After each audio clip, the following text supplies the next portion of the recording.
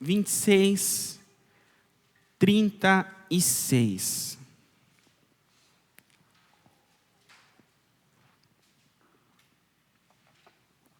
Quem achou, diz amém.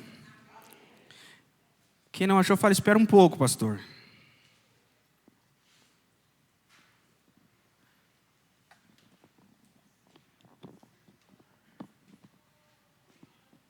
Oi?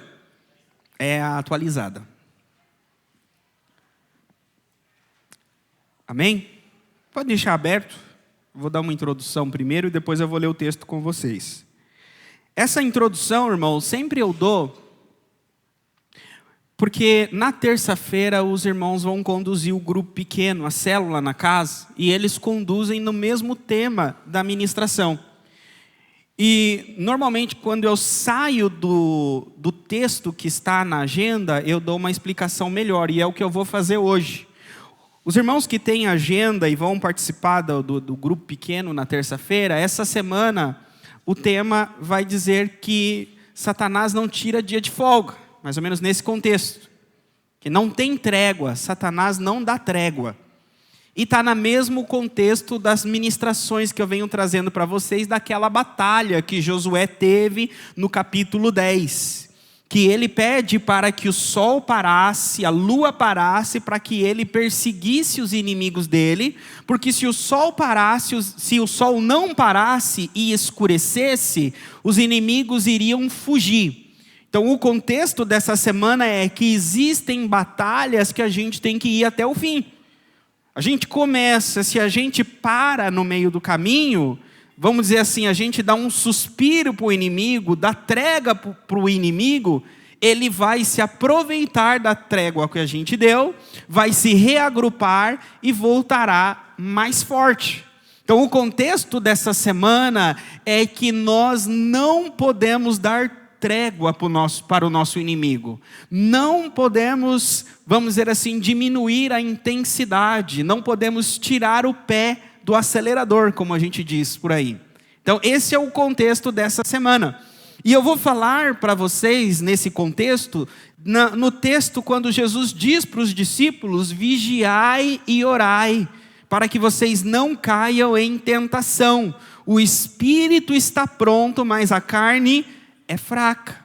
Então esse é o contexto que eu vou ensinar para vocês, porque quando a nossa carne está fraca, a gente começa a tirar o pé do acelerador, a gente começa a dar trégua para o inimigo, e aí a gente não vai até o fim, o inimigo se fortalece.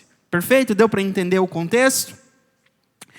Capítulo 26 de Mateus, versículo 36 diz assim: em seguida foi Jesus com eles a um lugar chamado Getsêmani, e disse a seus discípulos: assentai-vos aqui, enquanto eu vou ali orar. E, levando consigo a Pedro e aos 2 filhos de Zebedeu, começou a entristecer-se e angustiar-se. Então lhes disse: a minha alma está profundamente triste até a morte. Ficai aqui e vigiai comigo. Adiantando-se um pouco, prostrou-se sobre o seu rosto e orando e dizendo: meu Pai, se possível, passa de mim este cálice. Todavia, não seja como eu quero, e sim como tu queres. E, voltando para os discípulos, achou-os dormindo. E disse a Pedro: então, nem uma hora pudestes vós vigiar comigo? Vigiai e orai, para que não entreis em tentação. O espírito, na verdade, está pronto, mas a carne é fraca. Tornando-se a retirar-se, orou de novo, dizendo: meu Pai, se não é possível passar este cálice sem que eu beba, faça a tua vontade. E voltando, achou outra vez dormindo, porque os seus olhos estavam pesados. Deixando-os novamente, foi orar pela 3ª vez, repetindo as mesmas palavras. Então, voltou para os discípulos e lhes disse: ainda dormis e repousais? Eis que é chegada a hora, e o Filho do Homem está sendo entregue nas mãos de pecadores. Levantai-vos, vamos, eis que o traidor se aproxima. Esse texto, ele está no contexto da conhecida Semana da Paixão.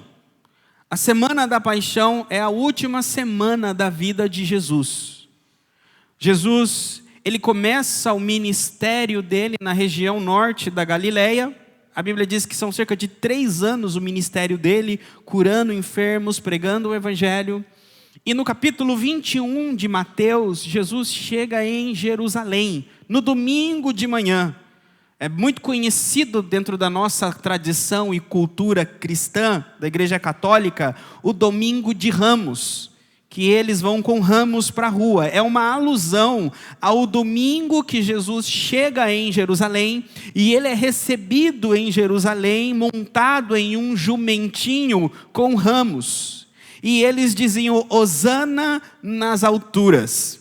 A gente tende a pensar que Jesus entrou em Jerusalém humilde, montado em um jumentinho. Até músicas, né, que dizem que ele humilde, montado em um jumentinho. Porque na nossa cabeça, Disney, né, príncipes e reis entram em alazões, brancos, grandes. Agora, Jesus montado em um jumentinho é humildade, simplicidade.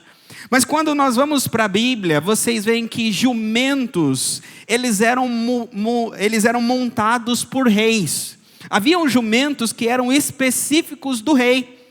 Para vocês terem uma ideia no contexto, a Bíblia diz que o rei Davi, o maior rei do povo judeu, o rei da história, ele estava velho e os filhos dele estavam disputando quem ia assumir o seu reinado. Ele havia prometido para uma das suas esposas que o filho dela assumiria o trono no lugar dele. Essa mulher, o nome dela era Batseba e o filho dela era Salomão. Mas Salomão, por linha direta, não era o direito dele. O direito era de um outro, que se eu não me engano é Adonias, o nome dele, porque ele era o mais velho, ele era o primogênito. Mas Deus havia escolhido Salomão. Por isso que Davi disse que quem seria o rei seria Salomão. Davi estava doente não, ele estava velho e já de cama, tanto que a Bíblia diz que eles chamam uma jovem donzela, chamada uma sunamita, para deitar-se com Davi, ou seja, dormir na mesma cama que ele, para esquentar ele. A Bíblia diz que ele estava velho, que ele não fez nada com ela, ela somente deitava para esquentar ele. Porque tão velho que ele estava, que ele já nem conseguia se esquentar mais. E nesse período, começou então aquela questão de ver quem vai ficar com o império dele, quem vai assumir o lugar dele. E o filho mais velho dele se reúne com alguns líderes, né, o líder da guerra, Joabe, e outros líderes, e se autodenomina rei em Israel. Então ele declara que ele vai ser o novo rei e leva um povo, um grupo com ele. Davi está lá, né, ele não ouve, mas quem ouve é Betseba. E ela chega para um outro homem, né, um outro sacerdote, e fala assim, vamos falar com o rei, porque Adonias se declarou rei, ele vai perseguir, vai matar o meu filho Salomão. E ela vai falar com Davi, juntamente com o sacerdote, e fala, olha, aconteceu isso, isso e isso. Aí Davi diz o seguinte, não, quem vai ser rei no meu lugar é o teu filho, Salomão. Aí Davi diz o seguinte, faz o seguinte, pega o meu jumento, o jumento do rei, monta o jumento e coloca Salomão montado no meu jumento. E Salomão vai entrar em Jerusalém montado no meu jumento. E toda Jerusalém vai saber que ele é o meu sucessor. Entenderam? Então, quando Jesus entra em Jerusalém montado num jumento, para quem tem olhos espirituais enxerga, eis aí o filho de Davi, Hosana nas alturas ao rei, montado no jumento, o sucessor, o rei eterno. Então Jesus, ele entra em Jerusalém, montado em um jumento, recebido como rei, no domingo. Na sexta, ele é crucificado nu, com uma coroa de espinhos, como um bandido. De domingo para segunda, ele vai de rei a bandido. E aí, às vezes a gente quer ser tratado nesse mundo melhor do que Jesus. Às vezes a gente acha que esse mundo vai ser bonzinho com a gente. Jesus disse: nesse mundo tereis aflições, mas tem de bom ânimo, porque eu venci o mundo. Então Jesus, ele passa essa semana, a semana da paixão. Quando chega na quinta-feira, ele faz uma reunião com os discípulos dele, os apóstolos, e ele vai para um lugar alto, faz um jantar, e é nesse jantar que ele fala assim: olha, vamos preparar a Páscoa. E eles preparam a Páscoa, e essa Páscoa, eles fazem, Jesus muda dentro da tradição a forma que é feita a Páscoa, e ele introduz uma nova aliança, e ele fala: olha, esse cálice é o cálice da nova aliança no meu sangue. Vocês conhecem muito bem essa passagem. Quando Jesus termina de comer a Páscoa com os seus discípulos, a Bíblia diz que eles saem desse lugar, é à noite, tá? Colocando um parênteses aqui para vocês, eles participaram da Páscoa, já tinha se posto o sol, então já era sexta-feira, entenderam? Então eles participam da Páscoa à noite, se pôs o sol, e aí o que acontece? Eles vão ainda orar. Jesus come a Páscoa à noite e ainda vai orar, não vai dormir. A Bíblia diz que eles saem desse lugar cantando um hino. E quando eles estão lá participando da Páscoa, é que Jesus pega um prato e diz que quem vai trair ele é aquele que coloca a mão no prato com ele, que é Judas. E aí Jesus olha para Judas e diz: o que você tem para fazer, faz depressa. E Judas, ele vai trair Jesus. Os discípulos que estavam ali pensaram que Jesus estava dizendo para ele comprar alguma coisa. Então, os discípulos ficam com Jesus, participam e recebem de Jesus aquela ministração que nós temos, e Judas não ouve a ministração de Jesus. Quando Jesus diz assim: eu não vos deixarei órfãos. Me ajudem aí, tem um louvor que foi cantado, que acho que é de João 14. Não se turbe o vosso coração. Sabem esse texto de João 14? Todas essas palavras, quando Jesus disse, Judas não estava mais na sala. Judas já tinha saído. Então essas palavras foram ditas para os 11 que ficariam. E aí, quando termina a ceia, os discípulos saem e Judas está vindo, né? Na verdade, ele está se preparando com os soldados para vir pegar Jesus.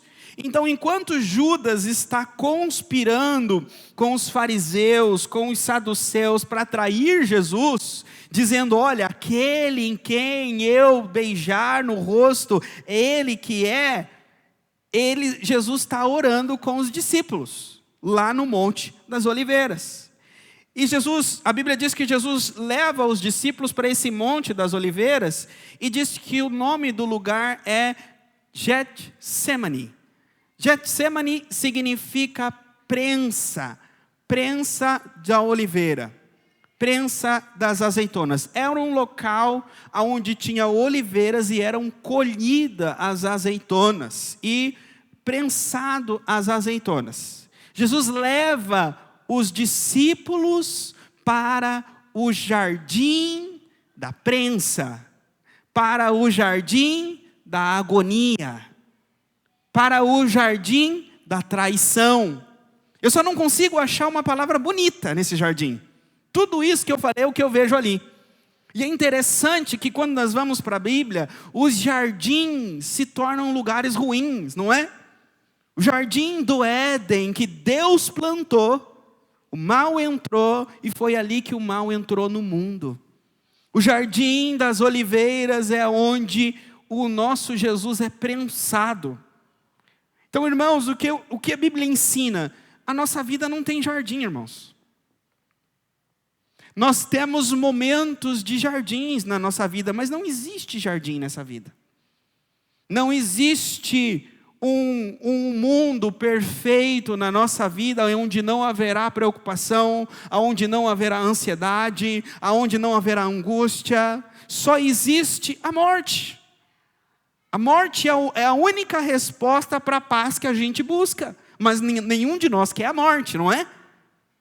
Portanto, o que a Bíblia ensina?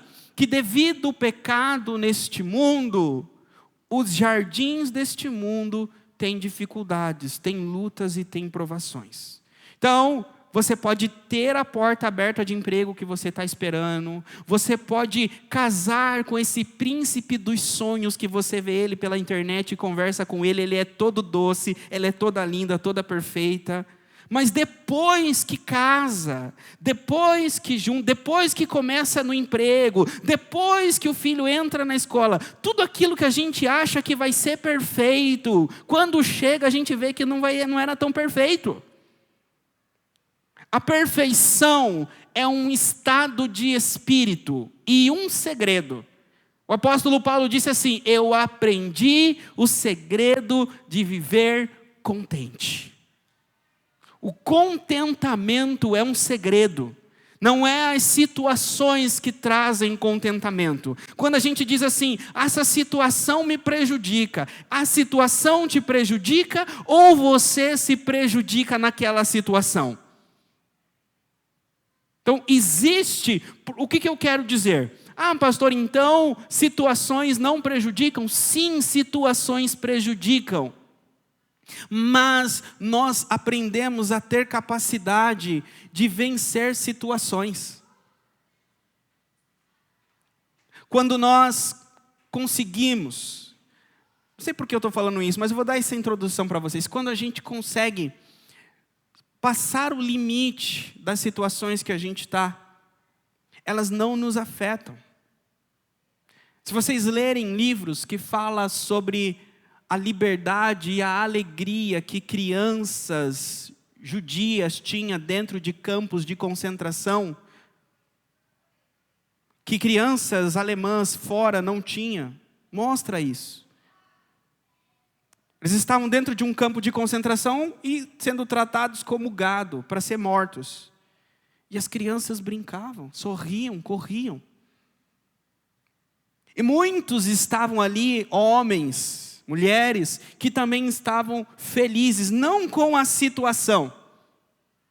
Eles diziam o seguinte: ninguém enjaula, ninguém tranca a minha imaginação, ninguém tranca a minha felicidade. Vocês podem restringir a minha locomoção, vocês podem restringir a minha fala, vocês podem restringir mas vocês não restringem o meu espírito, vocês não restringem a minha alma. O único que pode restringir a tua alegria, a tua felicidade, o teu contentamento é a tua mentalidade. É por que eu estou falando isso? Porque a nossa mentalidade está ligada à nossa fé. É por isso que a Bíblia diz que nós podemos estar em uma situação que for, de perseguição, de luta, de sofrimento, de angústia, mas se nós tivermos fé, a situação não nos afeta. É o que Paulo diz: por fora eu estou me desgastando, mas por dentro, interiormente, eu estou me renovando a cada dia. Essa é uma mensagem bíblica que nos ajuda a transcender os limites que nós estamos. Então Jesus, ele faz questão de levar os discípulos no jardim do Getsêmani, no jardim da prensa. Pode ser que Jesus está levando você, levou semana passada, ou vai levar você nessa semana que vai entrar, no jardim da prensa. Quem sabe essa semana que vai vir, a partir de amanhã, vocês não vão ser prensados. E é possível, e é importante aprender com Jesus como os discípulos agem no jardim da prensa. Como Jesus agiu no jardim da prensa e como os discípulos agiram, como os apóstolos agiram. A Bíblia diz que Jesus foi com eles e falou para os discípulos: vocês esperem aqui. Então alguns ficam em um lugar. E aí Jesus fala, ó, você e você vem comigo. Então ele fala, olha, vocês ficam aqui, ou seja, Judas estava traindo, então estava 11. De 11 Jesus pega 3. 11 menos 3 dá quanto? 8. 8 Jesus fala, vocês ficam aqui. 3, Pedro, Tiago e João. Jesus fala, vocês vêm comigo. E leva eles mais adiante. E esses que Jesus leva mais adiante, Jesus fala o seguinte, que para eles ficarem ali. O texto não fala que Jesus fala para eles orar no começo. Olha só. Diz no versículo 39. Versículo 38. Então lhes disse, a minha alma está profundamente triste até a morte. Ficai aqui e vigiai comigo. Então primeiro ele disse para esses 3, olha, vamos até ali. E aí ele fala, olha, a minha alma está angustiada até a morte. Vocês conseguem? Imagine que você era um dos 3 que estava com Jesus. Como será que devia estar o rosto de Jesus? E ele olha para você com aquele rosto e fala o seguinte, vigia comigo. Sabe o que ele está falando? Só não dorme. Fica aqui esperando. E vai. Ele não fala para eles orar. Fala para eles apenas vigiar comigo. E aí Jesus vai orar. Aí Jesus chega no jardim da prensa. A primeira coisa que ele faz, ele prostra o rosto em terra. Antes disso, né? Vamos falar um pouco antes do que Jesus faz. Como que Jesus estava no jardim da prensa? A minha alma está profundamente triste. Então, pastor, como que eu sei que eu estou no jardim da prensa? Quando você está profundamente angustiado, triste, agoniado, parece que tem algo dentro de você, você está no jardim da prensa. Era como Jesus estava. Quem está no jardim da prensa tem paz? Sim ou não? Sim ou não? Gente, eu achei que ia ser unissono a resposta de vocês. Não, pastor! Não dá. No jardim da prensa, nós ficamos inquietos. O jardim da prensa, a nossa mente fica preocupada, não descansa, não tem paz. Então Jesus estava angustiado, inquieto. E ele chega para os discípulos e fala, olha, a minha alma está profundamente triste. E aí ele vai mais adiante. Primeiro, separação, solidão. Não tem como, quando nós estamos no jardim da agonia, no jardim da prensa, fica sozinho. Vai buscar um canto só seu, desliga a televisão, não é se afogando assistindo TikTok, não é se afogando assistindo novela, não, é solidão. Você tem que procurar um canto que é só você e Deus.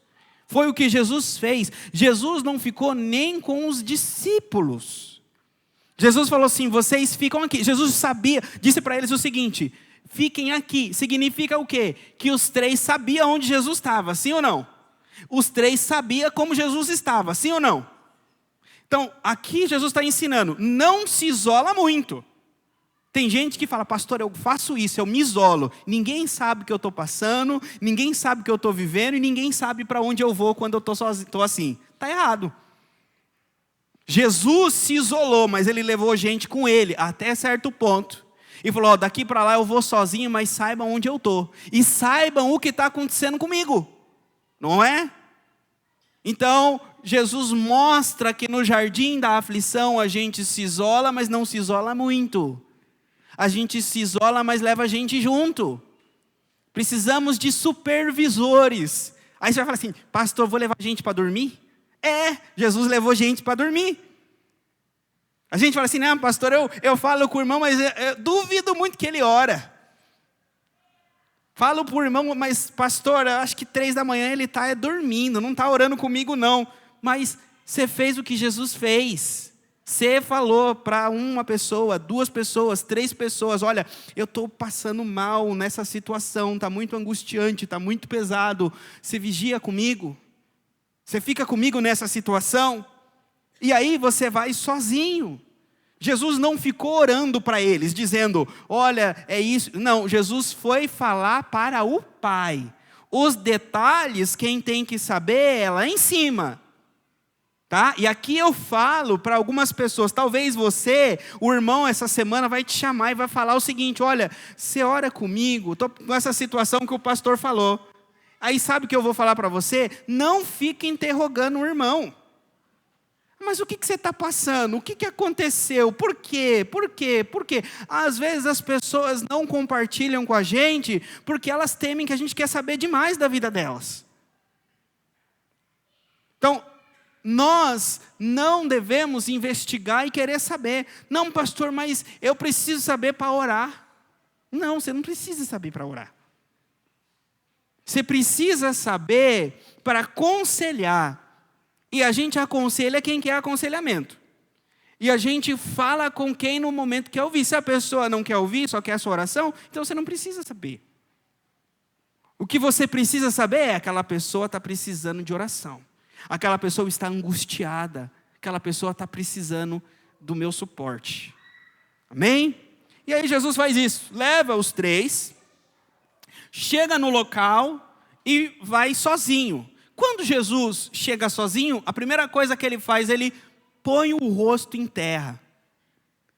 Irmãos, é até meio inconcebível. Não inconcebível, mas vocês conseguem imaginar o nome que é acima de todo nome?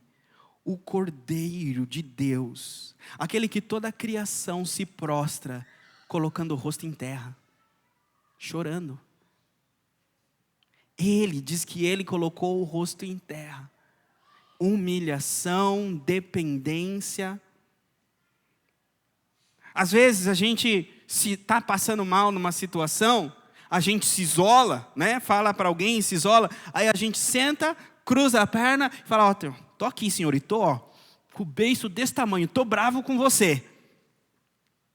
Por que eu estou passando isso? O que eu fiz para estar nessa situação? A gente se isola para reclamar com Jesus, para murmurar, para explodir na presença dele. Tudo bem, o Espírito Santo é o Consolador, ele entende, eu não estou julgando. Mas minha ovelhinha, escuta o seu pastor, não sai do seu momento de solidão com Jesus sem prostrar-se. Se você depois que explodiu a panela, colocou tudo para fora e ele te ouviu, você tem que falar assim, Senhor, agora eu estou pronto. Dobra o joelho, se prostra, põe o rosto no chão, chora, pede.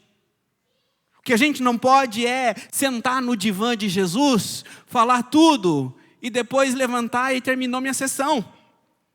Semana que vem eu volto se eu precisar de novo. Jesus não é psicólogo. Jesus não tem divã. Jesus cura a nossa alma. Mas Ele cura quando a gente confessa, quando a gente se humilha, quando a gente quer ser curado, quando nós queremos ser transformados.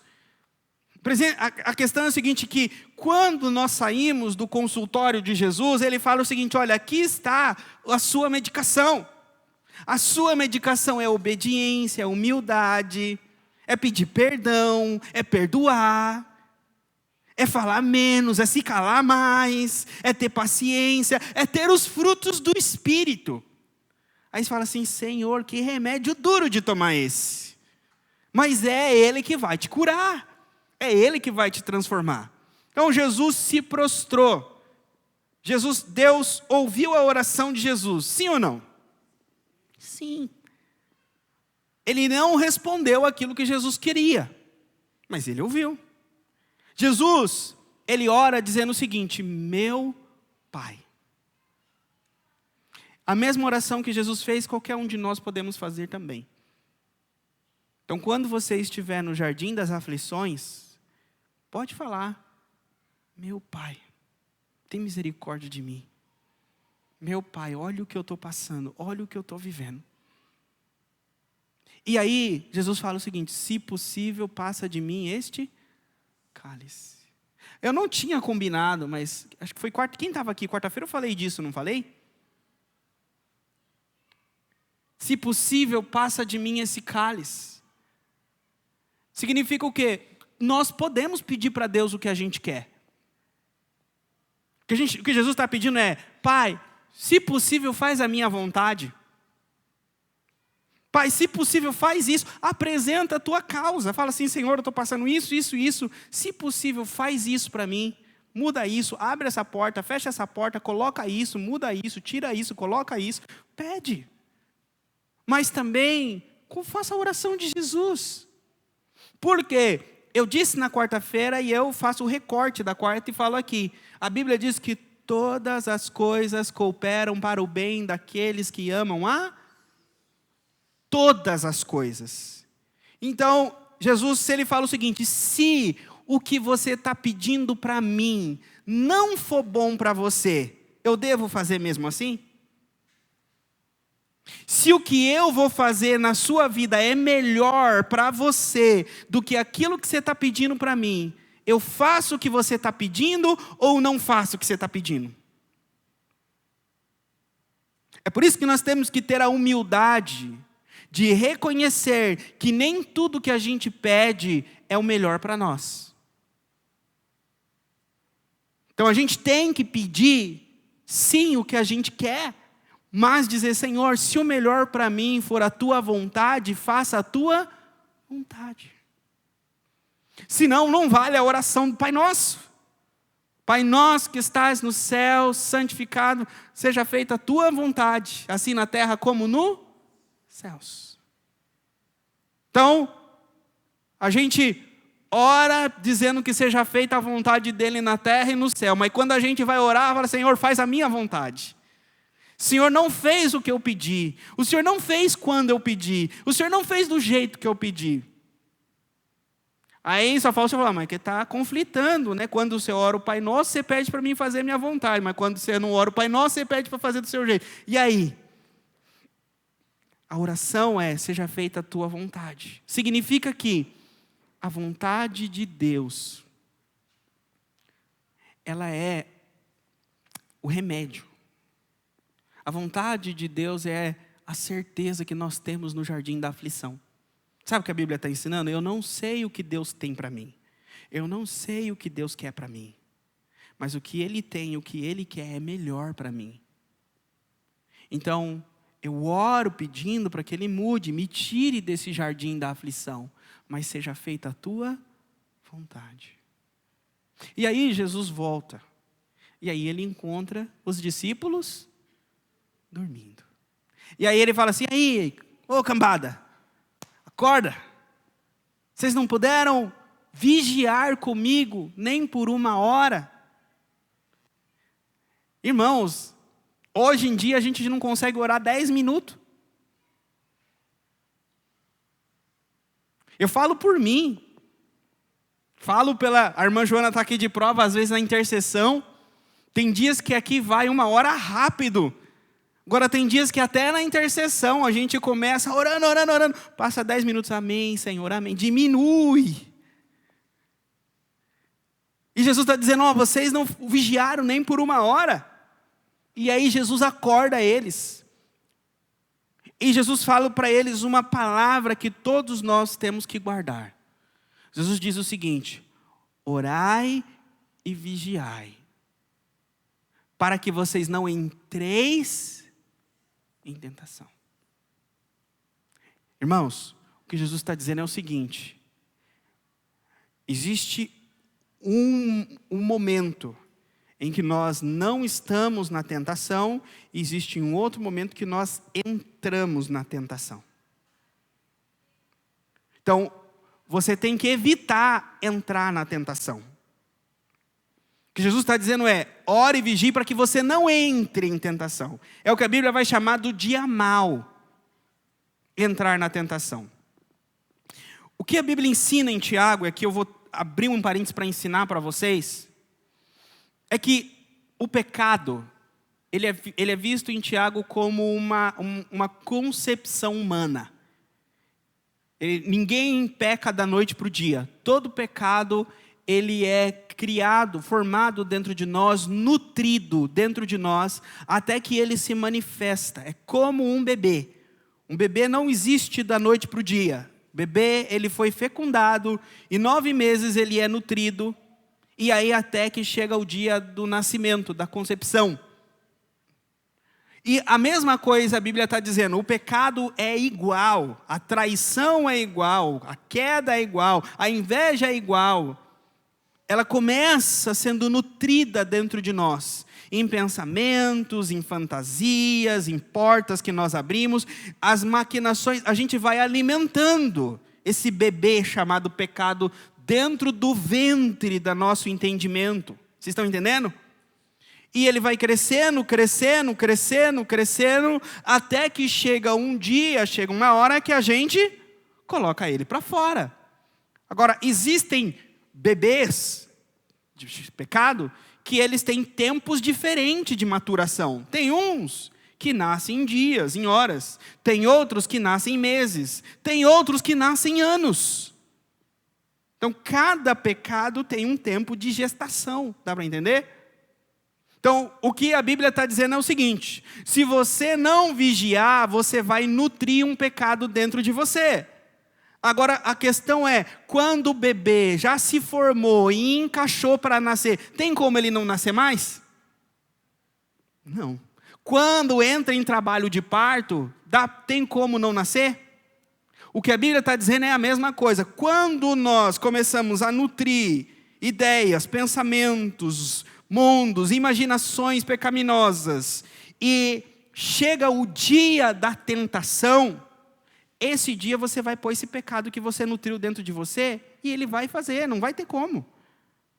Então o que a Bíblia está dizendo é, ore e vigie, para que esse dia não chegue. O que é orar e vigiar? É você andar e falar assim, misericórdia, por que eu pensei isso? Está repreendido.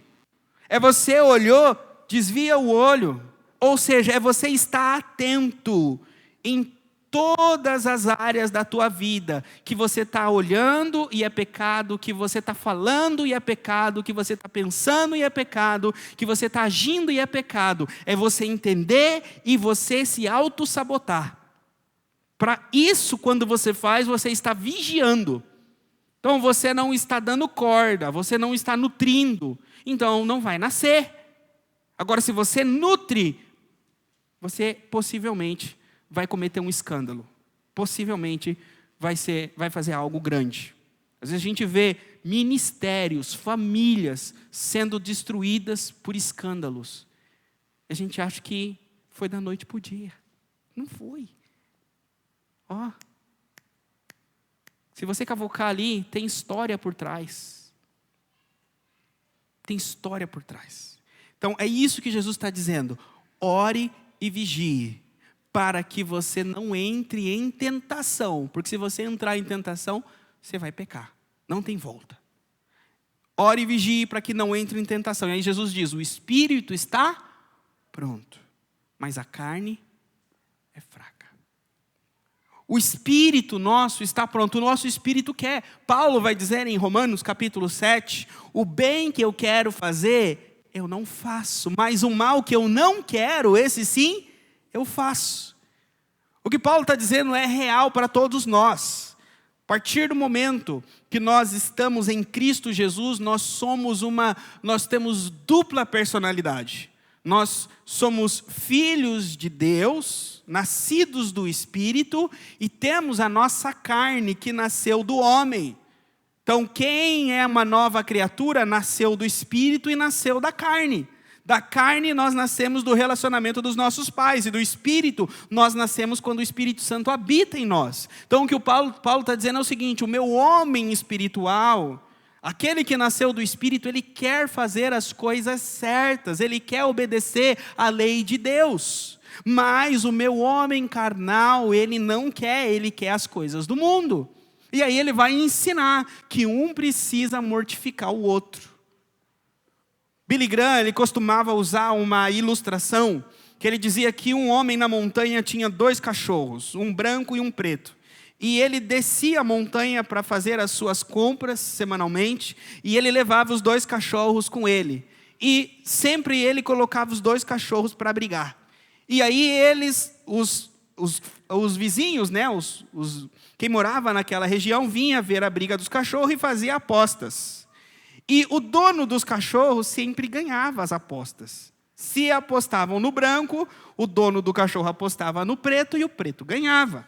E aí perguntaram para o dono do cachorro, mas por que você acerta toda vez qual cachorro que vai ganhar? Ele fala, simples, é porque eu não alimento o cachorro que vai perder. Então ele dizia, se você não alimenta, ele vai perder.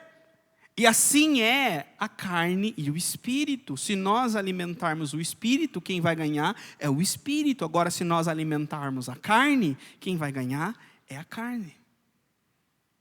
Nós alimentamos a nossa carne fazendo aquilo que a carne quer.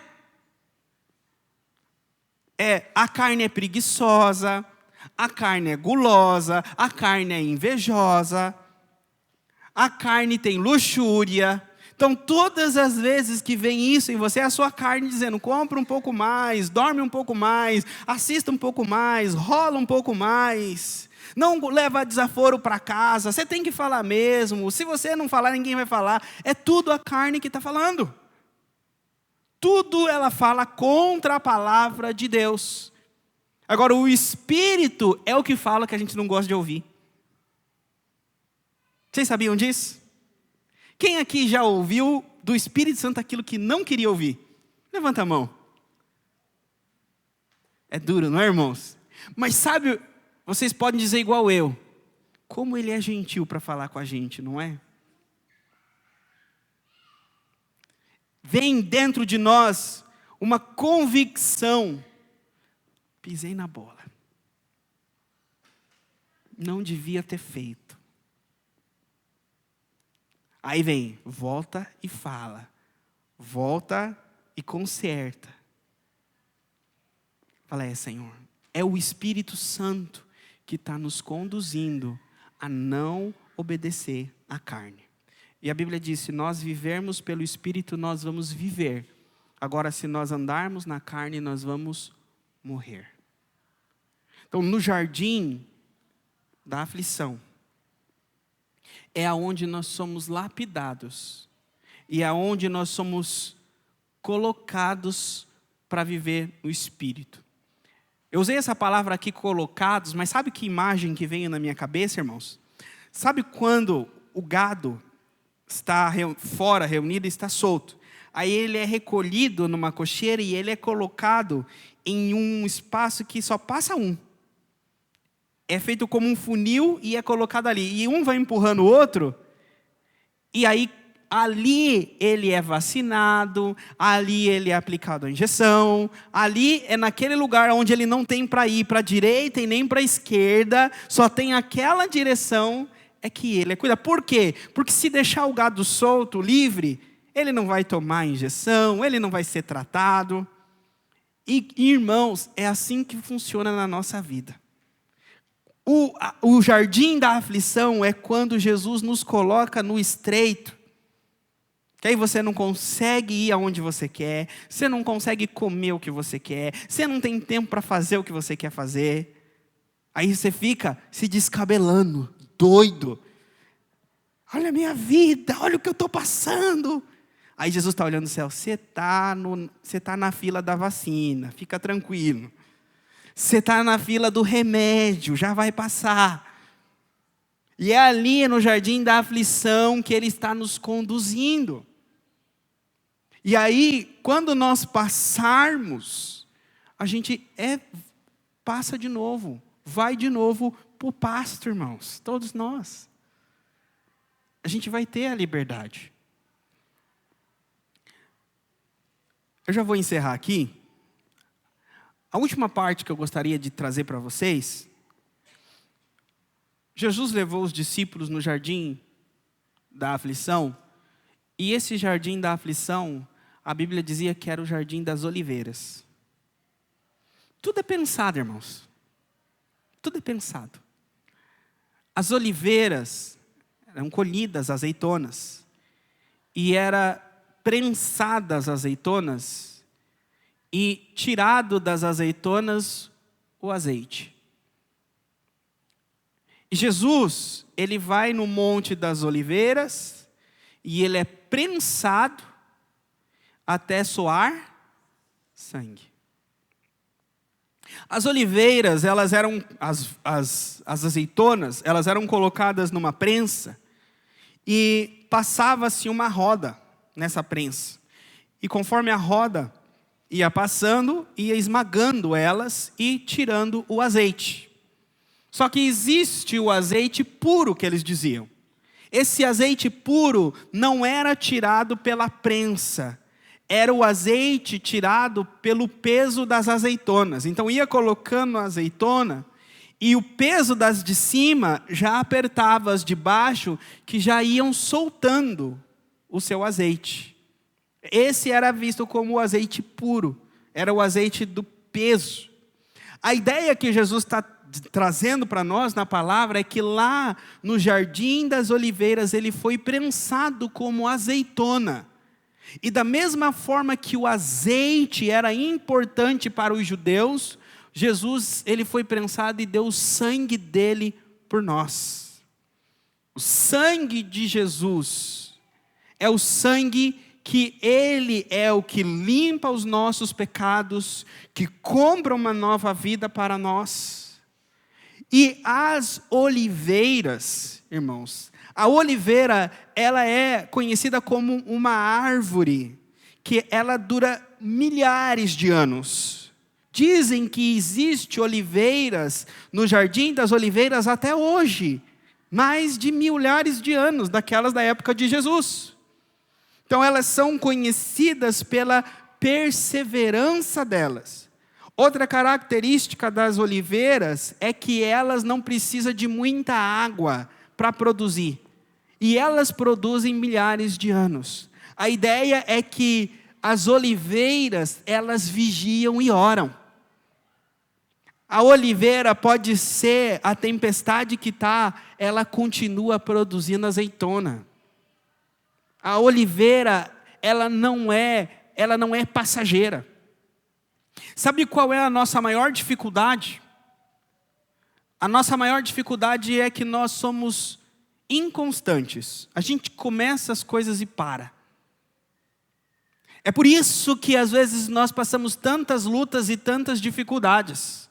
Às vezes a gente começa uma campanha e para, começa uma coisa com Deus e para, começa uma coisa na nossa vida e para. Quando nós começarmos a ser como oliveira, entra ano, sai ano, entra ano, sai ano, entra ano, sai ano. Você faz a mesma coisa. Vai chegar uma hora que você vai ver, passado 1, 2, 3, 4, 5 anos, você vai ver o quanto você avançou. O quanto você avançou. Então, no jardim das aflições é necessário constância. É necessário ser forte e firme como uma oliveira. Não é o quanto você produz, é por quanto tempo você produz. Não precisa ser uma ovelha que faz tudo na igreja. Não quero uma ovelha que faz tudo. Se eu tiver uma ovelha que faz uma coisa por 20 anos, é melhor uma ovelha que faz 20 coisas em um ano só. Sejamos constantes. E no jardim das aflições, perseverantes. Amém? Vamos orar? Coloca a mão no coração.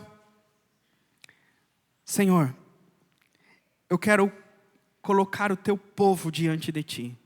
A tua palavra é luz, é lâmpada que ilumina, Senhor, os nossos caminhos e nossos pés.